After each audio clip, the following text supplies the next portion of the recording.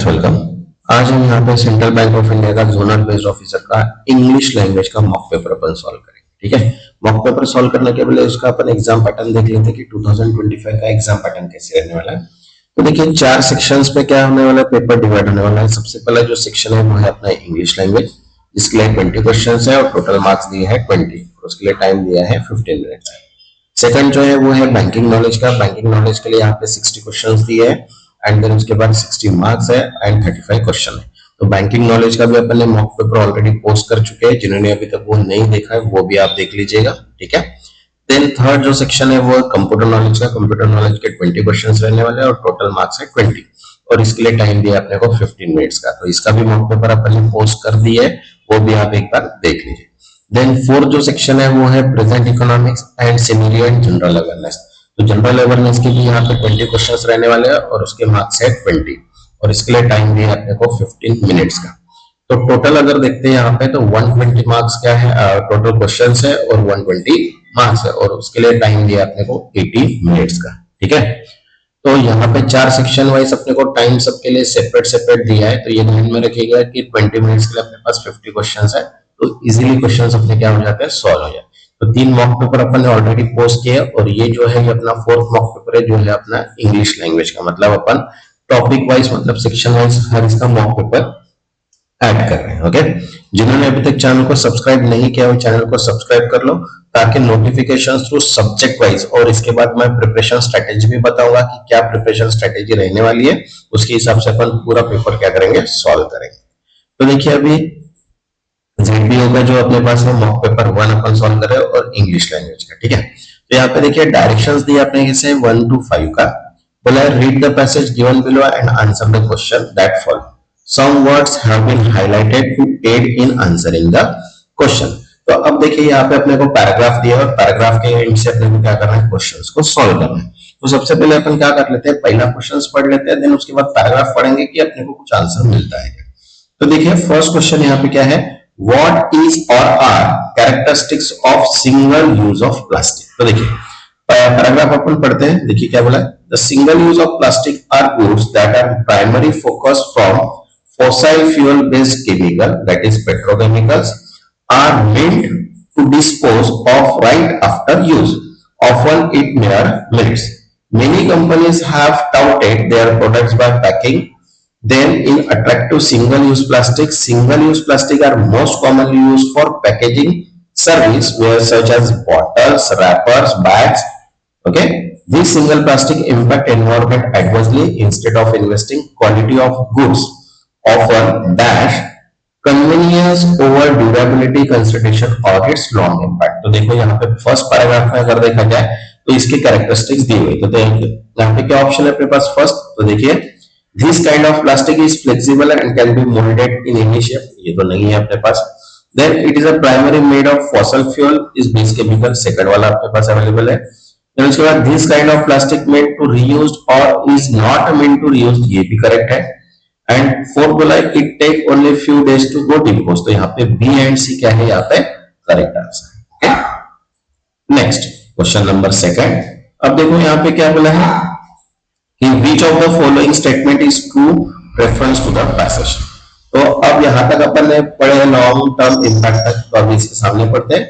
Our reliance of this plastic means we are accumulating waste of traveling strategizing rate.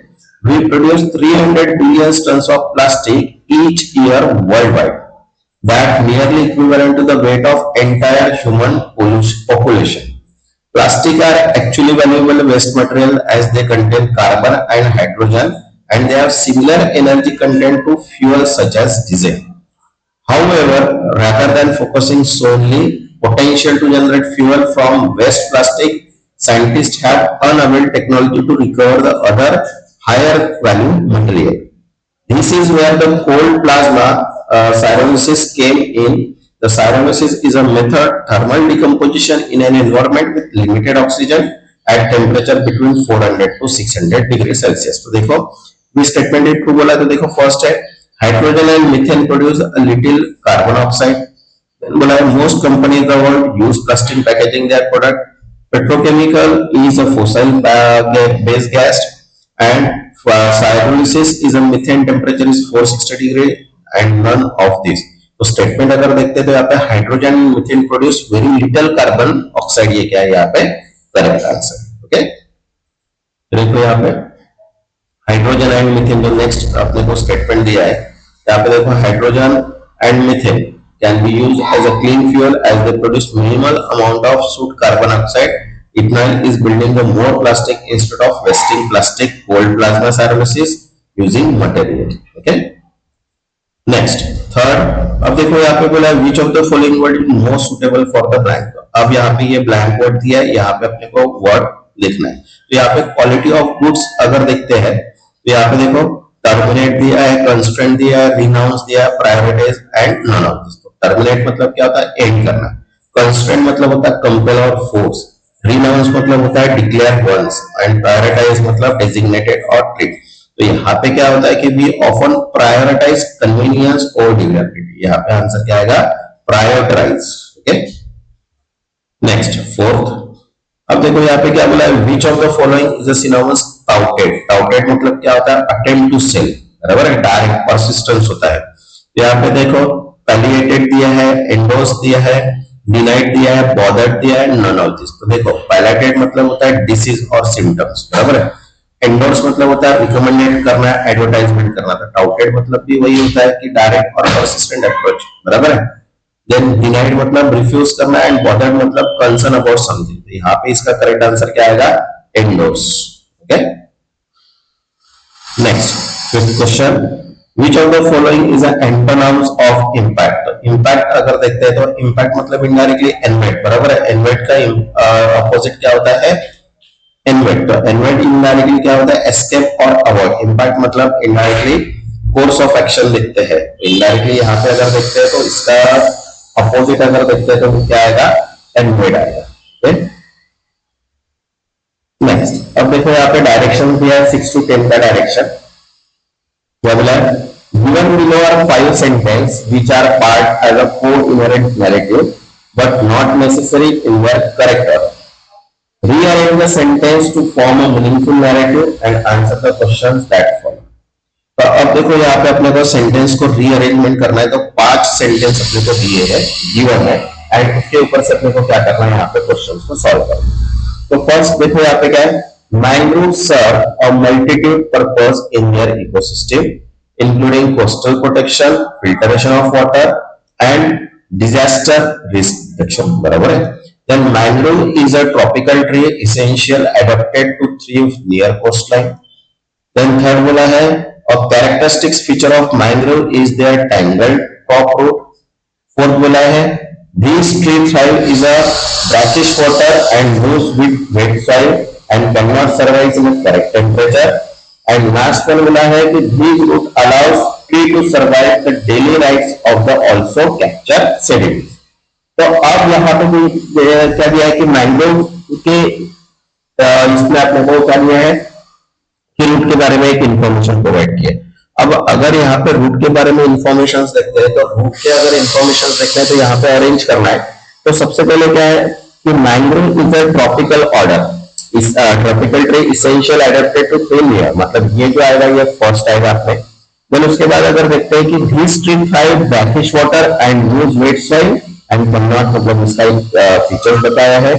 Then उसके बाद यहाँ पे क्या है, characteristics features mangroves there tangle crop root, जिसका features बताया है। मतलब इनडायरेक्टली यहाँ पे सबसे पहले बी आएगा, फिर डी आएगा, फिर सी आएगा। देन उसके बाद यहाँ पे this root allows tree to survive daily tides, also capture sediments, ये 4। एंड फर्स्ट जो आएगा वो आएगा ए। मतलब यहाँ पे अगर दिखते हैं तो बी डी सी ई ए, यहाँ पे क्या आएगा, करेक्ट फॉर्मेट आएगा। ओके, तो अब अरेंजमेंट हो गई। अब देखो यहाँ पे क्वेश्चन क्या है, which of the following is a second sentence after rearrangement.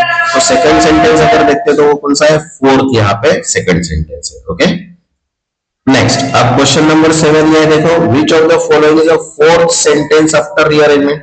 तो फोर्थ सेंटेंस अगर देखते हैं तो वो है ई। ओके, तो आंसर आएगा यहाँ पे ई। नेक्स्ट क्वेश्चन नंबर है, which of the following is a third sentence after rearrangement. तो थर्ड सेंटेंस अगर देखते हैं तो वो है अपने पास C. Next 9th, which of the following is a first sentence after rearrangement. तो फर्स्ट सेंटेंस कौन सा है यहाँ पे, बी है। Okay, next 10th, which of the following is the correct order or sentence after the rearrangement? तो correct sentence का order क्या है? बी डी सी ई है। Okay, next 11th number question है, देखो क्या बोला है, in each question 4 sentence are given in which only one is grammatically correct, choose the correct sentence as your choice, if all sentence are incorrect then all are incorrect as your answer. मतलब यहाँ पे अपने को correct sentence कौन सा ये निकालना है, अगर इनकरेक्ट है तो ऑल इनकरेक्ट अपने को डिफाइन करना है। तो अब देखो यहाँ पे फर्स्ट सेंटेंस क्या बोला है, the villages are built on artificially mound on earth so as to raise it। तो यहाँ पे it नहीं होना चाहिए, हर बार क्या आ जाता है कि अगर it should be replaced with यहाँ पे आना चाहिए them, तो यहाँ पे raise them above the full flood level ये चाहिए। देन सेकंड पता है कि did could saw nothing। अब देखो did could, जब भी could आता है तो यहाँ पे फर्स्ट फॉर्म आना चाहिए वर्ब का, तो यहाँ पे आना चाहिए था सी। ओके, अब देखो थर्ड सेंटेंस क्या है, the suitcase did not seem at heavy at a time, ये यहाँ पे करेक्ट है।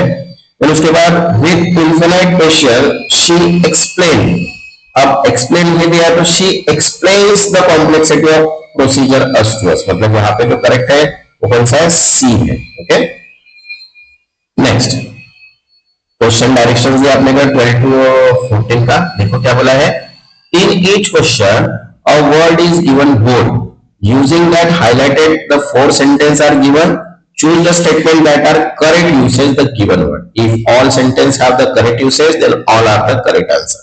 अब देखो यहाँ पे डिवाइस, अब डिवाइस मतलब होता है प्लान, बराबर है, मैकेनिज्म, प्रोसीजर। तो यहाँ पे देखो क्या बोला है, if you wish good device consult outman, ये नहीं होगा, इट मस्ट डिवाइस सरो। अब देखो यहाँ पे बोला है the purpose of this meeting is to devise a strategy for our company to pay off its debt, मतलब यहाँ पे एक पूरी प्रोसीजर एंड केयरफुली थॉट्स बताया है, इसलिए ये क्या है इसका करेक्ट आंसर। नेक्स्ट 13, इरप्ट दिया है यहाँ पे।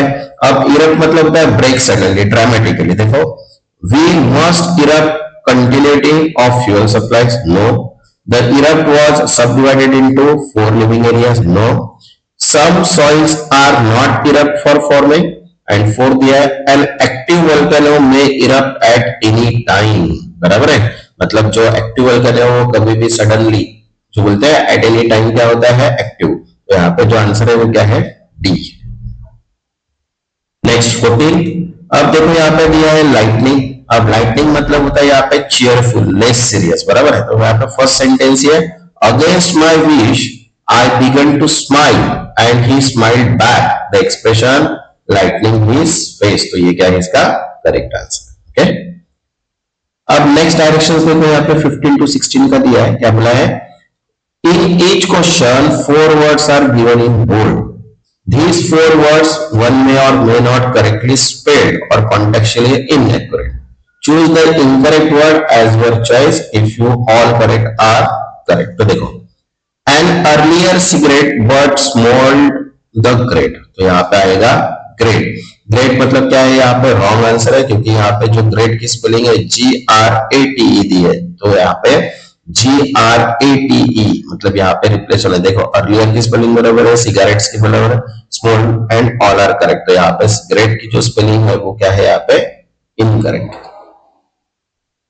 ठीक है, नेक्स्ट अब देखो यहाँ पे क्या बोला है, it quite common to see couples who dress like. तो अब देखो यहाँ पे अलाइक चाहिए था, बराबर है, तो यहाँ पे जो लाइक है वो क्या है? मिस करेक्ट है, तो यहाँ पे अलाइक चाहिए था। नेक्स्ट अब देखो क्वेश्चन डायरेक्शन दिया है 17 से 20 का। Read the following passage and choose the word that most accurately fill the blank corresponding to the questions number. तो अब देखो क्वेश्चन नंबर 17 दिया यहाँ पे, over the last few years, developed countries have insisted upon 2 points of the issue: climate finance.